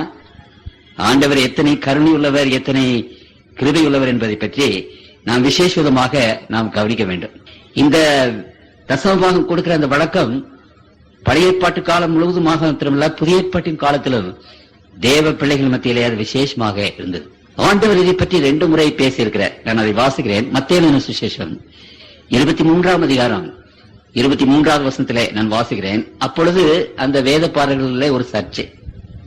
ஆண்டவர் இந்த வேதபாரர்கள் பரிசேயர்கள் ஒழுங்காக தசமபாகம் கொடுக்கிறார்கள், தசமபாகம் கொடுத்துக்கொண்டு மற்ற காரியங்களை அவர்கள் விட்டு விட்டார்கள். ஆகவே ஆண்டவர் சொல்கிறதை கவனியுங்கள். மத்தேயு 23ஆம் அதிகாரம் 23வது வசனம். மாயக்காரராகிய வேதபாரகரே, பரிசேயரே, உங்களுக்கு ஐயோ, நீங்கள் ஒற்றதலாமிலும் வெந்தயத்திலும் சீரகத்திலும் தசமபாகம் செலுத்தி நியாயப்பிரமாணத்தில் கற்பித்திருக்கிற விசேஷமானவைகளாகிய நீதியும் இரக்கத்தையும் விசுவாசத்தையும் விட்டுவிட்டீர்கள். இவைகளையும் செய்ய வேண்டும், அவைகளையும் விடாதிருக்க வேண்டும். பார்த்தீங்களா? தசமபாகம், காணிக்கைகள் எல்லாவற்றையும் நீங்கள் செய்ய வேண்டும், நீதி நியாயங்களையும் நாம் என்ன செய்ய வேண்டும் என்றால் விடாதிருக்க வேண்டும் என்று சொல்கிறார். அப்படியானால் ஆண்டவர் ஒருபோதும் காணிக்கை தசமபாகத்துக்கு விரோதமாக அவர் பேசுவது கிடையாது. அவருடைய வாழ்க்கையிலே அவர்கள் செய்கிற அநியாயங்களையும் பாவங்களையும் கண்டித்த போது கூட ஆண்டவர் வைத்த அந்த திட்டத்தை நீங்கள் விடாமல் அதை கை கொள்ள வேண்டும் என்றுதான் ஆண்டவர் சொன்னார். இன்னொரு இடத்துல வெறும் ஆணித்தரமாக பேசுகிறார் அவர். ஒரு படத்தை கொண்டு வந்து ஆண்டவர் இடத்திலே கொடுத்து, வரி கொடுப்பது நியாயமா, ராயனுக்கு வழி கொடுக்கலாமா, ரோமர்கள் நம்மை அரசாளுகிறார்களே, அந்த ரோமர்களுடைய பிடியில இருந்து நாம் விடுதலையாக வேண்டுமே என்ற ஒரு பெரிய போராட்டம் அப்பொழுது நடந்து கொண்டிருக்கிறது. அப்படியானால் அந்த ராயனுக்கு வரி கொடுக்கலாமா, வரி கொடுத்தால் அந்த ரோம அரசாங்கத்தை சப்போர்ட் பண்ணுகிற மாதிரி ஆகிவிடுகிறதே, அப்ப விடுதலை நமக்கு கிடைக்காதே. அந்த சூழ்ச்சியான ஒரு காரியத்தை குறித்து ஆண்டவரிடத்தில் கேட்டார்கள், வரி கொடுப்பது நியாயமா? சரி, வரி கொடுங்க என்று சொன்னால் அப்பொழுது நீ தேச துரோகி, நீ ரோமர்களை சப்போர்ட் பண்ணுகிறாய் என்ற ஒரு பெரிய குற்றச்சாட்டை கொண்டு வந்து விடுவார்கள். கர்த்தருக்குள் பிரியமானவர்களே, வரி கொடுக்க வேண்டாம் என்று அவர் சொல்லியிருந்தால் ரோமர்கள் அவரை நீ தேச துரோகி, எங்களுக்கு விரோதமாக நீ செய்கிறாய், கிரியை செய்கிறாய் என்று ஆண்டவரை பிடித்து ஜெயில போட்டு விடுவார்கள் ரோமர்கள். ஒரு இக்கட்டான ஒரு கேள்வி, ஒரு இடர்பாடு நிறைந்த ஒரு கேள்வி. ஆண்டவர் அவர்களுக்கு சொன்னார், சரி, ஒரு பணத்தை கொண்டு வார்கள். பணத்தை கொண்டு வந்தார். அப்பொழுது ஆண்டவர் சொன்னார், நான் வாசிக்கிறேன். மத்தேயு 22ஆம் அதிகாரம், மத்தேயு 22ஆம் அதிகாரத்திலே அதை குறித்து வாசிக்கிறேன். இது 19வது வசனம். வரி காசை என காண்பீங்கள் என்ற அவர்கள் ஒரு பணத்தை அவரிடத்தில் கொண்டு வந்தார்கள். அப்பொழுது அவர், இந்த சுரூபமும் மேலெழுத்தும் யாருடையது என்று கேட்டார். ராயனுடையது என்றார்கள். அதற்கு அவர், அப்படியானால் ராயனுடையதை ராயனுக்கும் தேவனுடையதை தேவனுக்கும் செலுத்துங்கள் என்றார். வரிப்பணம் ராயனுடையது, ராயனும் கொடுத்து விடுங்கள். தேவனுடையது எது? தசமபாகம் எல்லாம் கர்த்தருடையது, அது கர்த்தருக்கு பரிசுத்தமானது என்று ஆண்டவர் சொல்கிறார். கர்த்தருக்குள் பிரியமானவர்களே, இன்றைக்கு தேவனுடைய பிள்ளைகளாகிய நாம் முதலாவது அறிந்து கொள்ள வேண்டியது ஒன்று, ஆண்டவர் நமக்கு பலனை கொடுக்கிறார், சுகத்தை கொடுக்கிறார், ஞானத்தை கொடுக்கிறார். அந்த சுகத்தையும் ஞானத்தையும் அறிவை வைத்து நாம் சம்பாதிக்கிறோம். ஆகவே அந்த சம்பாத்தியத்தில் 10ல் 1 பாகம் ஆண்டவருடையது என்று சொல்கிறார். இட் இஸ் நாட் அவர்ஸ், அது நம்முடையது அல்ல. 10 மூட்டை நெல் விளைந்து வருகிறது என்றால் உங்களுக்கு எவ்வளவு என்றால் 9 மூட்டை தான், 1 மூட்டை கடவுளுடையது. அப்ப கடவுளுடைய பாகத்தை கடவுளுக்கென்றே நாம் கொடுத்து விட வேண்டும். அது நம்முடையதாக நாம் என்ன செய்யக்கூடாது, கருதக்கூடாது. ஆகவே ஆண்டவர் திட்டவட்டமாக சொல்கிறார், ராயனுடையதை ராயனுக்கும் தேவனுடையதை தேவனுக்கும் அங்கே கொடுத்து விடுங்கள் என்று ஆண்டவர் அதை விசேஷமாக சொல்கிறார். 3 சுவிசேஷங்களிலும் அந்த வார்த்தை திரும்ப திரும்ப அங்கே பேசப்படுகிறது. லூக்கா எழுதின சுவிசேஷம் 20ஆம் அதிகாரம் 25வது வசனம், லூக்கா குறித்துக் கொள்ளுங்கள், 20:25. மார்க்கு 12ஆம் அதிகாரம் 17வது வசனம், 12ஆம் அதிகாரம் 17வது வசனத்திலே 3 முறை ஆண்டவர் அதை குறித்து சொல்கிறார். ஆகவே ஆண்டவர் தன்னுடைய பிரசங்களிலே தன்னுடைய வாழ்க்கையிலே தசமபாகத்தை கொடுக்கும்படிதான் சொன்னார். அந்த நாட்களிலே கர்த்தருக்குள் பிரியமானவர்களே, இன்றைக்கு ஒரு சில காரியம் நமக்கு முன்பாக வைக்கப்பட்டிருக்கிறது. இன்றைக்கு அநேக திருச்சபையில பலவிதமான காரியங்கள் இருக்கிறது. திருச்சபையின் தலைவர்கள் திருடர்களாக இருக்கிறார்கள், அந்த ஆண்டவருக்கு நம்ம கொடுத்த பணத்தை சரியாக செலவழிக்கிறது இல்ல, அவங்க வயிற்று நிரப்பிக் கொள்கிறார்கள், அவருடைய காரியங்களை பார்த்துக் கொள்கிறார்கள் என்றெல்லாம் இன்றைக்கு நாம் சொல்லி, ஆகவே தசமபாகமும் காணிக்கையை கொடுக்க வேண்டிய அவசியம் இல்லை, அது நம்ம நன்றாக ஆண்டவருக்கு என்று ஊழியம் செய்துவிட்டு போகலாம் என்று அநேகர் இன்றைக்கு நினைக்கிறார்கள், செய்யவும் செய்கிறார்கள். சரி, அப்படிப்பட்ட நினைப்பிலே தவறு என்ன? தவறு ஒன்றும் இல்லை. அப்ப பார்த்தால் சபைகளில் அப்படி ஏராளமாக நடக்கிறதே. ஆண்டவர் சொல்லுகிறார், திருமறையிலே ஆண்டவர் இதை குறித்து ஏராளமாக சொல்லி இருக்கிறார். இது நாம் இன்றைக்கு நினைக்க வேண்டிய காரியங்கள் அல்ல, அது என்றைக்குமே இருந்த ஒரு காரியம் தான் சபையில. அந்த சபையில ஆண்டவர் சபையின் மேய்ப்பர்களை மூப்பர்களை பற்றி பேசும்போது விசேஷமாக ஒரு காரியத்தை குறித்து சொன்னார். எசேக்கியேல் எழுதின நிருபம் 34ஆம் அதிகாரத்திலே அந்த மேய்ப்பர்களை பற்றி வாசிக்கிறோம். 2வது வசனத்திலே, மனுப்புத்திரனே, இஸ்ரவேலின் மேய்ப்பருக்கு விரோதமாக தீர்க்கதரிசன முறை, நீ தீர்க்கதரிசனம் முறைத்து அவர்களோட சொல்ல வேண்டியது என்னவென்றால், கர்த்தராகிய ஆண்டவர் மேய்ப்பர்கள் சொல்கிறார், தங்களையே மேய்க்கிற இஸ்ரவேலின் மேய்ப்பருக்கு ஐயோ. மேய்ப்பர் அல்லவா மந்தையை மேய்க்க வேண்டும். கர்த்தருக்குள் பிரியமானவர்களே, நீங்கள் மந்தையோ மேய்க்காமல் போகிறீர்கள், அதை விசாரிக்கிறவனும் இல்லை, தேடுகிறவனும் இல்லை. 6வது வசனம். 7வது 8வது வசனத்தாலும் சொல்கிறாரு, என் மேய்ப்பர்கள் என் ஆடுகளை விசாரியாமல் போனார்கள், மேய்ப்பர்கள் மந்தையை மேய்க்காமல் தங்களையே மேய்த்தார்கள். இப்படிப்பட்ட காரியங்கள் எல்லாம் அங்கே இருக்கிறது, இருக்கத்தான் செய்கின்றன. அதை ஆண்டவர் முன்னாலேயே சொல்லிவிட்டார். அப்படியானால் இந்த சபைக்கு எதற்காக நாம் தசமபாகத்தை கொடுக்க வேண்டும், காணிக்கை கொடுக்க வேண்டும்? கர்த்தருக்குள் பிரியமானவர்களே, லூக்கா 14ஆம் அதிகாரம் 16-14 வாசிக்கிறேன். இவைகளெல்லாம் பொருளாசைக்காரராகிய பரிசேயரும் கேட்டு அவரை பரியாசம் பண்ணினார்கள். பரிசேயர் என்ற ஒரு கூட்டத்தார் அந்த காலத்தில் இருந்தார்கள். அவர்கள் தான் வேத போதகர்கள், வேத தலைவர்கள், ஜெப ஆலய தலைவர்கள். அப்படிப்பட்டவர்கள் எப்படி இருந்தார்கள் என்று வேதம் சொல்கிறது, பொருளாசைக்காரராக இருந்தார்கள். ஆலயத்திற்கு வருகிறது அந்த ஏலியன் குமாரர்கள் செய்த மாதிரி நல்லவைகளெல்லாம் தங்களுக்கு எடுத்துக்கொண்டார்கள், அதில் அதிகமானவைகளெல்லாம் தங்களை மேய்ப்பதற்காக எடுத்துக்கொண்டார்கள். அப்படிப்பட்ட ஒரு பயங்கரமான சபை ஆண்டவர் இருந்த காலத்தில் இருந்த சபை, பொருளாசை பிடித்த சபை, தேவனுடைய ஊழியத்தை செய்யாமல் தங்களுடைய வயிற்றை வளர்க்கிற சபை, அவ்வளவு மோசமான சபை ஆண்டவருடைய காலத்தில் இருந்தது. ஆனாலும் ஆண்டவர் என்ன சொன்னார் என்றால், தேவனுக்கு கொடுக்கிறதை தேவனுக்கு கொடுங்கள், ஆண்டவர் கொடுக்கிறதை ஆண்டவர் கொடுங்கள் என்று சொன்னார். சபைக்குத்தான் தசமபாகத்தை கொண்டு வர வேண்டும் என்று சொன்னார். நாம் இஷ்டப்பிரகாரம் செலவழிக்கிறது வேதத்தினுடைய ஒரு கற்பனை அல்ல. அப்படி இஷ்டப்பிரகாரம் செலவழிக்கிறது கர்த்தருக்குள் பிரியமானவர்களே, அதுல நாம் தவறுகள் செய்து விடுவோம். அது எனக்கு நமக்கு ஆண்டவர் சொல்லுகிற கட்டளையின்படி நாம் சபைக்கு அதை கொடுத்து விட வேண்டும். சபையார் அதை உபயோகிப்பதையோ மற்ற காரியங்களையோ அது ஆண்டவர் பார்த்துக் கொள்வார், அவர் கணக்கு கேட்பார். அந்த கேள்வி நமக்கு இருக்கக்கூடாது. ஆண்டவர் சொல்லுகிற கற்பனை. கர்த்தருக்குள் பிரியமான தேவனுடைய பிள்ளைகளே, ஆகவே ஆண்டவர் இந்த விசேஷமான ஆதி திருச்சபையில இந்த தசமபாக கொள்கை இருந்தது. எந்த சபையிலும் இந்த தசமபாகத்தை பற்றி அங்கு அந்த கொள்கையை பேசினார்கள். ஆனால் பின்னான காலங்களிலே வந்த மிஷினரிமார்கள் இந்த தசமபாக கொள்கையை அங்கே எடுத்துவிட்டு சங்கப்பணம் என்ற ஒரு கொள்கையை கொண்டு வந்தார்கள். இந்த ஜனங்கள் ஏழை ஜனங்களாக இருக்கிறார்களே, இந்த ஏழை ஜனங்களிடத்திலே 10 ரூபாய் கேட்டால் எப்படி? அவர்களுக்கு வருகிற வருமானமே போதலையே.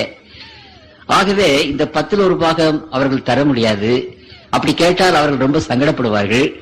அதனால இந்த 10 ரூபாய் என்கிற கொள்கையை அகற்றிவிட்டு சங்கப்பணம் கொடுத்தால் போதும், 1 ரூபாய்க்கு 1 பைசா கொடுத்தால் போதும் என்று இப்படிப்பட்ட ஒரு முறைமையை சபையிலே கொண்டு வந்தார்கள். கர்த்தருக்குள் பிரியமானவர்களே, நான் ஒன்று சொல்ல விரும்புகிறேன். திருச்சபையானது ஆண்டவருடைய கற்பனைகளை மாற்றி தன்னுடைய சொந்த கற்பனைகளை கொண்டு வந்த போது திருச்சபை தேவனுக்கு விரோதமாக நிற்கிறது என்பதை நாம் அறிய வேண்டும். ஆண்டவர் அந்த யூத காலத்து திருச்சபையை பார்த்து சொன்னார், தேவனுடைய கற்பனைகளை மீறி மனுஷனுடைய கற்பனைகளாக போதித்து வருகிறீர்கள், எனக்கு வீணாய் ஆராதனை செய்கிறார்கள் என்று ஆண்டவர் சொன்னார். அதை நான் வாசிக்கிறேன் உங்களுக்கு. என்றைக்கு ஆண்டவருடைய கற்பனையை நாம் தள்ளிவிட்டு மனுஷருடைய கற்பனையை நாம் கொண்டு வந்து அதை ஒரு போதனையாக சபையில வைக்கிறோமோ, அன்றைக்கு ஆண்டவர் விசேஷமாக சொல்லுகிற ஒரு குற்றச்சாட்டு என்னவென்றால், இங்கே நான் வாசிக்கிறேன், அதை மத்தேயு 15ஆம் அதிகாரத்திலே வாசிக்கிறேன், 3வது வசனத்தை வாசிக்கிறேன். அவர்களுக்கு அவர் பிரதியுத்தரமாக, நீங்கள் உங்கள் பாரம்பரியத்தினாலே தேவனுடைய கற்பனையை ஏன் மீறி நடக்கிறீர்கள்? 6வது வசனம், உங்கள் பாரம்பரியத்தினாலே தேவனுடைய கற்பனையை அவமாக்கி வருகிறீர்கள். மாயக்காரரே, உங்களை குறித்து இந்த ஜனங்கள் தங்கள் வாயினால் என்னிடத்தில் சேர்ந்து தங்கள் உதடுகளினால் என்னை கனம் பண்ணுகிறார்கள், அவர்கள் இருதயமோ எனக்கு தூரமாய் விலகியிருக்கிறது.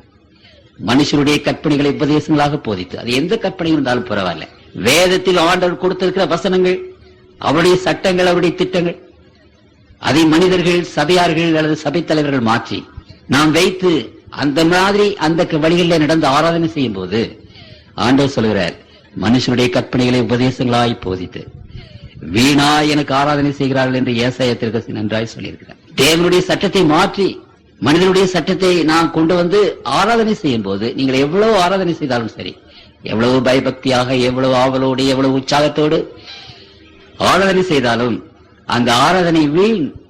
அந்த ஆராதனை ஆண்டவர் ஏற்றுக்கொள்வதில்லை என்று ஆண்டவர் சொல்கிறார், அநேக இடங்களிலே சொல்கிறார். அதே போலவே இந்த சங்க பணம் என்ற ஒரு கொள்கையை கொண்டு வந்து இன்றைக்கு சபைகளிலே புகுத்திருந்தார்கள். என்ன செய்வார்கள் தெரியுமா? அவர்கள் உள்ள வேதனையோடு நான் சொல்கிறேன், கர்த்தருக்குள் பிரியமானவர்களே, தசமபாகங்களை எல்லாம் ஆலயத்திலே கொண்டு வாருங்கள், அப்பொழுது நான் வானத்தின் பலகணிகளை திறந்து இடம் கொள்ளாமல் போக மட்டும் உங்கள் மேல் ஆசீர்வாதத்தை நான் வர்ஷிக்க பண்ணுகிறேனா இல்லையா என்று என்னை சோதித்து பாருங்கள் என்று சொன்ன அந்த ஆண்டவர் இந்த சங்க பணம் என்ற கொள்கையை கொண்டு வந்து வானத்தின் பலகணிகளை அடைத்து விட்டார்கள். கர்த்தருக்குள் பிரியமானவர்களே, இன்றைக்கு சங்கப்பணம் என்ற அந்த கொள்கையை பின்பற்றி சபை தேவனுடைய பிள்ளைகளை குலைத்து போட்டு, தேவனுடைய பிள்ளைகளை அடிமையாக்கி, தேவனுடைய பிள்ளைகளை பஞ்சைகளாக்கி, தேவனுடைய பிள்ளைகளை பரதேசியாக்கினது இந்த சங்கப்பணம். எத்தனை கஷ்டப்பட்டாலும் கஷ்டப்பட்டவங்களுக்கு தானே ஆண்டவர் ஆசீர்வாதத்தை கொடுக்க வேண்டும் என்று சொன்னார். துன்பப்படுகிறவங்களுக்கு தானே ஆசீர்வாதமாக இருக்க வேண்டும் என்று ஆண்டவர் சொன்னார். இன்றைக்கு அந்த சங்கப்பணம் என்ற கொள்கை தசமபாகம் என்ற இடத்தை வைத்துக் கொண்டு இன்னைக்கு அந்த சங்கப்பணம் என்ற கொள்கையை தேவனுடைய பிள்ளைகளை பஞ்சுகளாக்கி பரதேசிகளாக்கி இன்றைக்கு குட்டுயிரும் குலையுயிருமாக கவலையோடு கண்ணீரோடு தேவனுடைய பிள்ளைகள் இருக்க செய்தது அந்த சங்கப்பணம். கர்த்தருக்குள் பிரியமானவர்களே, இன்றைக்கு யூதர்களை பாருங்கள். உலகத்தில் 3.5 கோடி யூதர்கள் இருக்கிறார்கள். அந்த யூதர்கள் இங்கே வேதத்தில் வாசிப்பு பிரகாரமாக ஒற்றுதலாமலும் மறிக்கொடுங்களும் தசமபாகம் கொடுக்கிறாங்க. அந்த யூத ஜாதி தங்களுக்கு வருகிற வரும்படி எவ்வளவு சின்ன வரும்படியானாலும் சரி, 10 ரூபாய் அப்பா பாக்கெட் மணி கொடுத்தாலும் சரி, அந்த சிறிய வரும்படியிலும் உண்மையும் முத்தமாக ஆண்டவருடைய ஆலயத்திலே தசமபாகம் செலுத்துகிறவர்கள் அந்த யூதர்கள். இன்றைக்கும் அந்த யூதர்கள் மத்தியிலே நான் 3 மாசம் கழித்து அவர்கள் வாழ்க்கையை நான் பார்த்தேன் எருசலேமிலே. அந்த தசமபாகத்திலும் அவருடைய ஆலய வழிபாடுகளிலும் எப்படி ஆண்டவரை ஆராதிக்கிறார்கள். உண்மை முத்தமாக இருக்கிற அந்த ஜனங்கள், இந்த 3.5 கோடி ஜனங்கள் உலகம் முழுவதும் பரவி இருக்கிறார்கள். கர்த்தருக்குள் பிரியமானவர்களே, அந்த 3.5 கோடி ஜனங்களிலே ஒரு ஏழையும் கிடையாது. There is no poor man or poor woman among the 3.5 crores Jews. எத்தனை ஆச்சரியம் பாருங்க கர்த்தருக்குள் பிரியமானவர்களே, ஒரு ஏழை கிடையாது. அந்த யூதர்கள் பெரும் பணக்காரராக இருக்கிறார்கள். இந்த உலகத்தின் பேங்க் எல்லாம் அவங்க கையில தான் இருக்குது. இன்றைக்கு அமெரிக்கா நாடு பெரிய பணக்கார நாடுன்னு சொன்னா அமெரிக்காவில் யாரு? யூதர்கள். அணுகுண்டு செய்தார்கள், ஹைட்ரஜன் குண்டாக செய்தார்கள், ரஷ்யாவில் செய்தார்கள், அமெரிக்காவில் செய்தார்கள். என்றால் ரஷ்யாவில் செய்தது யார்? அமெரிக்காவில் செய்தது யார்? யூதர்கள். இன்றைக்கு ஆண்டவர் அந்த யூத சந்ததி இன்றைக்கு உலகத்திலே மிகவும் முன்னேற்றமான ஜாதி அது. உலகத்தில் எல்லா ஜாதிகளுக்கு மேன்மையாக நிற்கிற ஜாதி அது யூத ஜாதி.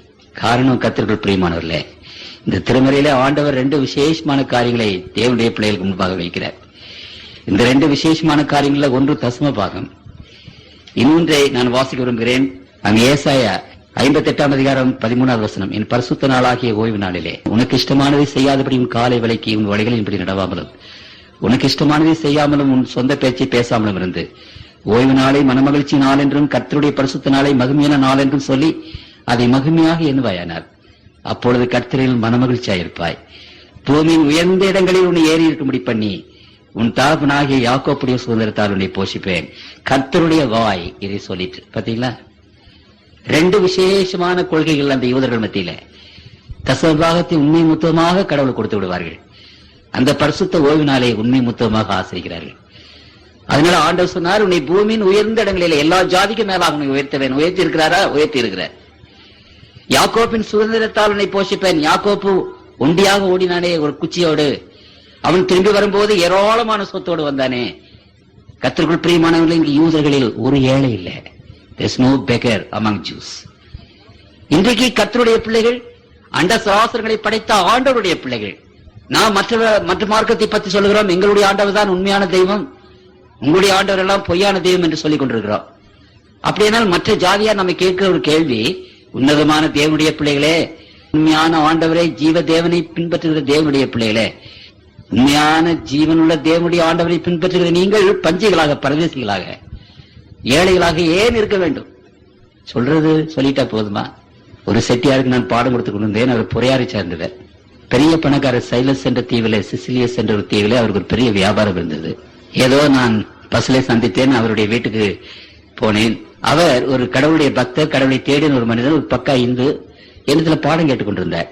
எவ்வளவோ காரியங்களை சொல்லி வேத பாடம் கொடுத்து அவர் கிறிஸ்துவராக, அதாவது வேத ஞானசானம் எடுக்கல, ஆண்டவரிடத்துல வரல, வேதத்தை படித்தார், கோயிலுக்கு வந்தார், எல்லாமே செய்தார், ஞானசானம் எடுக்கல.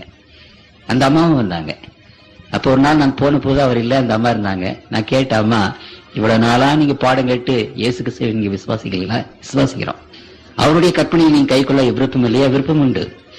பின் ஏன் நீங்க ஒப்பு கொடுக்காம இருக்கிறீர்கள்? அவர் சொன்னார், இல்ல கிறிஸ்தவங்களை பார்த்தா பயமா இருக்கு. என்ன பயமா இருக்கு? உன்னதமான தேவனுடைய பிள்ளைகள், உலகத்தின் உண்மையான தெய்வத்தினுடைய பிள்ளைகள், ஏழைகளும் பஞ்சைகளும் பரதேசியமா இருக்கிறாங்க. எங்களுடைய தோட்டத்துல பூரா அவங்கதான் வேலை செய்யறாங்க, எல்லா கிறிஸ்தவங்க. நான் இந்து, நான் எஜமானாக இருக்கிறேன். ஒருவேளை நான் கிறிஸ்தவனாக மாறிவிட்டால் அவர்களை போல பஞ்சையாக பரதேசியாக நான் மாறிவிடுவேனோ? பயமா இருக்கு. ஒருவேளை உங்களுக்கு தெரியல, கர்த்தருக்குள் பிரியமானவர்களே, இன்றைக்கு அநேக மற்ற மார்க்கத்தை சேர்ந்த தேவனுடைய பிள்ளைகள், உங்களுக்கு ஒன்று சொல்ல விரும்புகிறேன். மற்ற மார்க்கங்களிலே ஆண்டவரை நேசிக்கிற அநேக தேவ பிள்ளைகள் உண்டு. எந்த மார்க்கத்தையும் நாம் குறை சொல்வதில் அர்த்தம் இல்லை, யாரையும் நாம் பழித்து பேசுவதில் அர்த்தம் கிடையாது. இந்த உலகத்தில் கர்த்தருடைய பிள்ளைகள் எல்லா மார்க்கத்திலும் இருக்கிறாங்க, எல்லா திருச்சபைகளும் இருக்கிறாங்க. கர்த்தருடைய பிள்ளைகள், ஆண்டவரை நேசிக்கிற பிள்ளைகள், கர்த்தருடைய பிள்ளைகள். அவங்களுக்கு ஒரு பயம் என்னன்னா, மற்ற ஆண்டவர் உண்மையான தெய்வம் என்று அறிந்த முஸ்லிம்ஸ், முகமதியர்கள் அல்லது இந்துக்கள் இன்றைக்கு ஏன் ஆண்டவர் ஏற்றுக்கொண்டு வெளிப்படையாக வரலன்னு சொன்னா பயப்படுறாங்க. என்ன பயம்? கிறிஸ்தவர்கள் இவ்வளவு கேவலமாக இருக்கிறார்களே, நம்முடைய கதியும் அப்படி ஆகிவிட்டால் என்ன செய்வது? கர்த்தருக்குள் பிரியமான தேவனுடைய பிள்ளைகளே, யூதர்கள் இயேசு கிறிஸ்துவை விசுவாசிக்கிறது இல்லை. ஆனால் நாம் அந்த யூதர்களை விட ஒரு படி மேலே ஆண்டவராக இயேசு கிறிஸ்துவை விசுவாசித்து ஜீவனுள்ள தேவனுடைய பிள்ளைகளாக இருக்கிறோமே. அப்படியானால் இன்றைக்கு இயேசு கிறிஸ்துவை விசுவாசிக்கிற ஒவ்வொரு மகனும் மகளும் அந்த யூத ஜாதியை விட நாம் உன்னதமாக உயர்த்தப்பட்டிருக்க வேண்டாமா? இந்த உலகத்தில் யூத ஜாதியை விட கிறிஸ்தவர்கள் இன்னும் மேலான நிலைமையில நாம் இருந்திருக்க வேண்டாமா? இல்லை. காரணம் கர்த்தருக்குள் பிரியமானவர்களே, சங்கப்பணம். காரணம் அந்த சங்கப்பணத்தை நமக்கு கொண்டு வந்தார்களே அவர்கள், திருமறை சொல்லுகிற அந்த ஆசீர்வாதத்தை அழித்து விட்டார்கள், தொலைத்து விட்டார்கள், நம்மை பஞ்சைகளும் பரதேசிகளுமாக ஆக்கிவிட்டார்கள். இன்றைக்கு உங்கள் மத்தியிலே நான் சொல்ல விரும்புகிறேன், கர்த்தருக்குள் பிரியமானவர்களே, ஆண்டவருடைய வசனம் பொய்யாகாது. நான் எத்தனையோ பட்டணங்களிலே பிரசங்கம் பண்ணியிருக்கிறேன், எத்தனையோ ஆயிரக்கணக்கான மக்கள் மத்தியிலே பிரசங்கம் பண்ணியிருக்கிறேன். சில பட்டணங்களிலே 2000 பேர் 3000 பேர் ஒழுங்காக வருவார்கள். 40 நாள் எல்லாம் இங்கே போட்ட மாதிரி 90 நாட்கள் இந்த கூட்டம் நடைபெறும். 90 நாளும் அவ்வளவு பேர் வந்து இந்த கூட்டங்களை கேட்பார்கள். என்னுடைய கூட்டங்களில் இந்த ஊர்ல தான் ஒரு சின்ன காங்கிரிகேஷன், மற்றபடி எத்தனையோ நூற்றுக்கணக்கான ஆயிரக்கணக்கான பேர் வந்து அவர்கள் மத்தியிலே நான் பேசும்போது, இந்த நாட்டில் மாத்திரமல்ல மற்ற வெளிநாடுகளிலும் நான் பேசியிருக்கிறேன். நான் அவர்கள் மத்தியிலே வைக்கிற ஒரு பெரிய ஒரு சவால், ஒரு அறைகூவல், ஆண்டவருடைய பிள்ளைகளாகி நாம் ஆண்டவரை நம்பி விசுவாசித்து நமக்கு வருகிற வரும்படிகளிலே நாம் எவ்வளவு ஏழைகளாக இருந்தால் என்ன, ஏழைகளுக்கு தானே ஆசீர்வாதம் அதிகமாக வேண்டும். திருச்சினாப்பள்ளியிலே ஒரு அம்மா இந்த சத்தியத்தை கேட்டார்கள். ஆண்டவருடைய சத்தியம் ஆழமாக வேலை செய்தது. கணவன் ரயில்வே உத்தியோகத்திலிருந்து மரித்து போனார். 2 பெண் குழந்தைகள், ஒரு பையன். சொந்த வீடு, சிறிய வீடு ஒன்று இருந்தது. தனக்கு வருகிற பென்ஷனை வைத்துக் கொண்டு ஸ்ட்ரகிளிங், குடும்பத்தை எப்படியாவது நடத்தி கொண்டு வந்தார்கள். ஒவ்வொரு மாசம் கடன் வாங்க வேண்டிய சூழ்நிலை. கடன் வாங்கி கடைசியில வீட்டை வித்து அந்த கடனை அடைத்து விடலாம், பிள்ளைகள் எல்லாம் மேலே வந்த விற்பாடு. இந்த பிரசங்கத்துக்கு வந்தார்கள், ஒழுங்காக கேட்டார்கள். அப்பொழுது எண்ணத்திலே ஒரு நாள் வந்தார்கள், ஐயா ஒரு லிஸ்ட் கொடுத்தாங்க. அந்த லிஸ்ட் பார்த்தா பாலுக்கு இவ்வளவு, சர்க்கரைக்கு இவ்வளவு, விறகுக்கு இவ்வளவு, அரிசிக்கு இவ்வளவு எல்லாம். அந்த லிஸ்ட் நான் பார்த்த போது 1500 ரூபாய்க்கு அந்த லிஸ்ட் இருந்தது. அந்த அம்மா சொன்னாங்க, எனக்கு பென்ஷன் 1200 ரூபாய் வருது, 1500 ரூபாய் எனக்கு செலவு, 300 ரூபாய் நான் கடன் வாங்கிட்டு கடைசியில அந்த கடனை வீட்டை வித்து நான் அடைச்சிடலான்னு பாக்குறேன். நான் தசமபாகம் கொடுக்க வேண்டும் ஐயா, இவ்வளவு கஷ்டப்படுறேனே, நான் தசமபாகம் கொடுக்கணும். பாஸ்டர் நீங்க சொல்லுங்க, என் மேல ரொம்ப மதிப்பு அந்த அம்மாவுக்கு, சொல்லுங்கன்னு கேட்டாங்க. அவங்க நிலைமையை பார்க்கும்போது எனக்கு ரொம்ப கஷ்டமாக இருந்தது. கர்த்தருக்குள் பிரியமானவர்களே, சத்தியத்தை சொன்னதுனாலே நான் சத்ருவானேனா என்று அப்போஸ்தலனாகிய பவுல் சொல்றேன். அப்படி உலகத்தின் மக்களுக்கு நான் சத்ருவானாலும் பரவாயில்ல, நான் சத்தியத்தை தான் சொல்லுவேன். சத்தியத்தை தவிர வேற எதையும் கடவுளுடைய பிள்ளைகள் மத்தியில் நான் சொல்ல மாட்டேன்.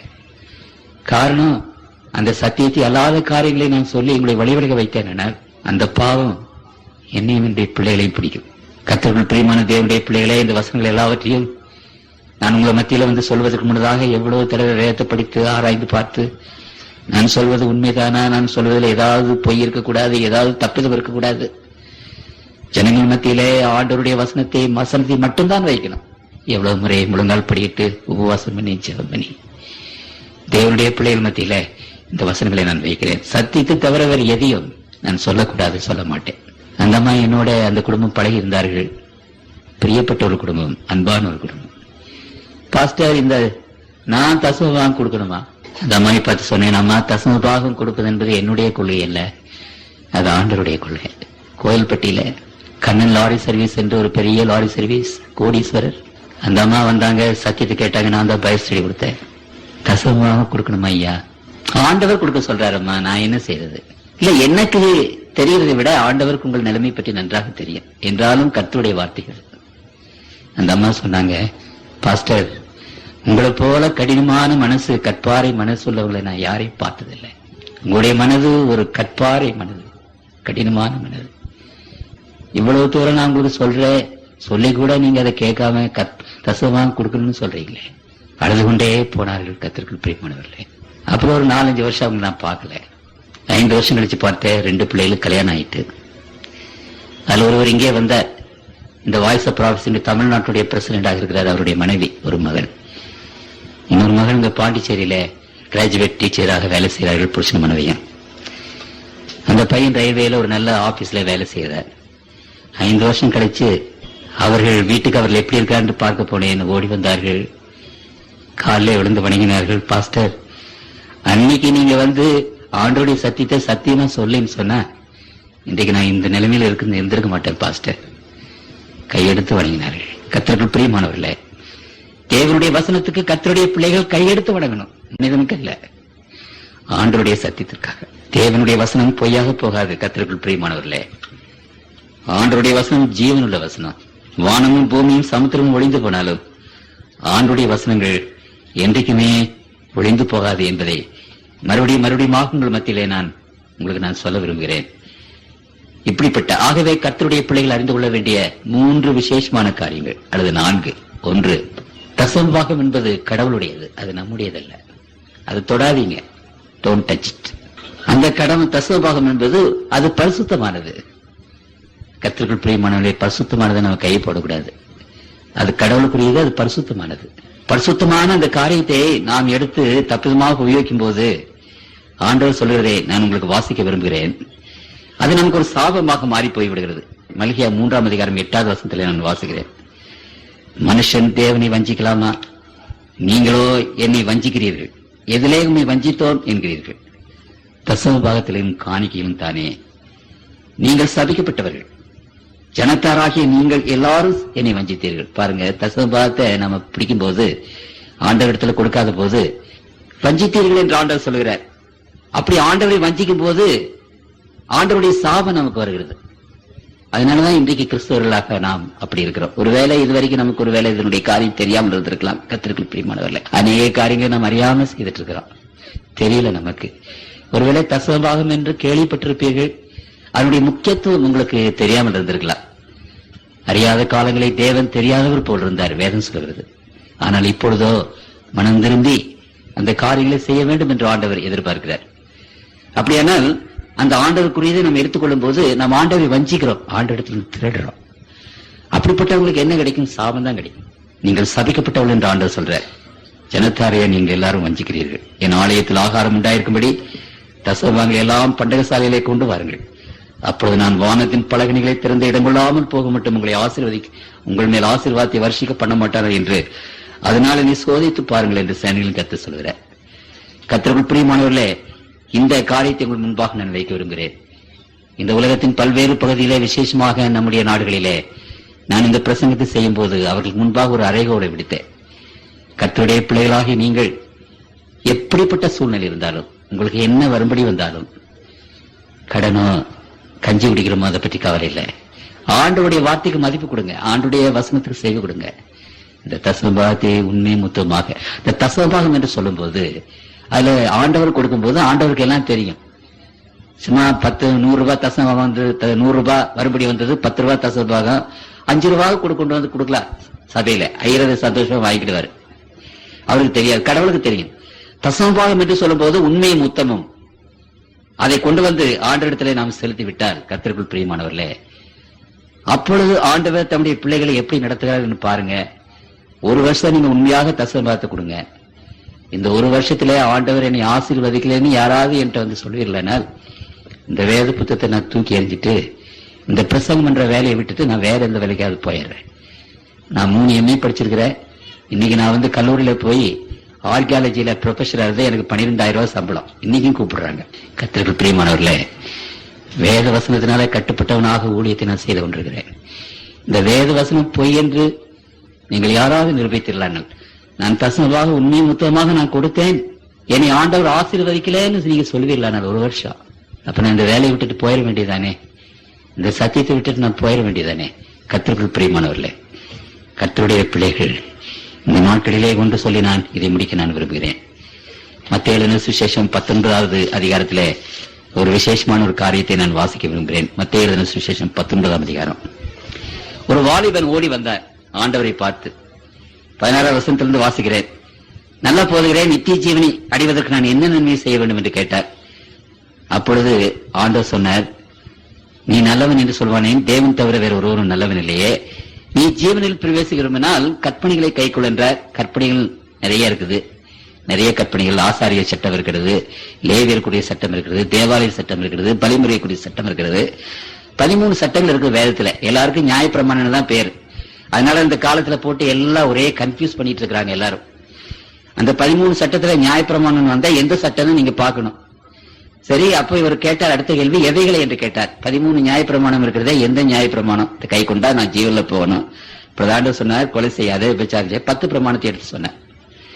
இவைகளெல்லாம் நான் சிறுவயது முதல் கை கொண்டிருக்கிறேனே. அதற்கு இயேசு 21ஆம் வசனம், நீ பூர்ண சற்குணராயிருக்க விரும்பினால் போய் உனக்கு உண்டானவைகளை விற்று தரித்திரருக்கு கொடு, அப்பொழுது பரலோகத்தில் உனக்கு பொக்கிஷம் உண்டாயிருக்கும், பின்பு என்னை பின்பற்றி வா என்றார். அந்த வாலிபன் மிகுந்த ஆஸ்தி உள்ளவனாய் இருந்தபடியால் அந்த வார்த்தையை கேட்ட பொழுது துக்கமடைந்தவனாய் போய்விட்டார்.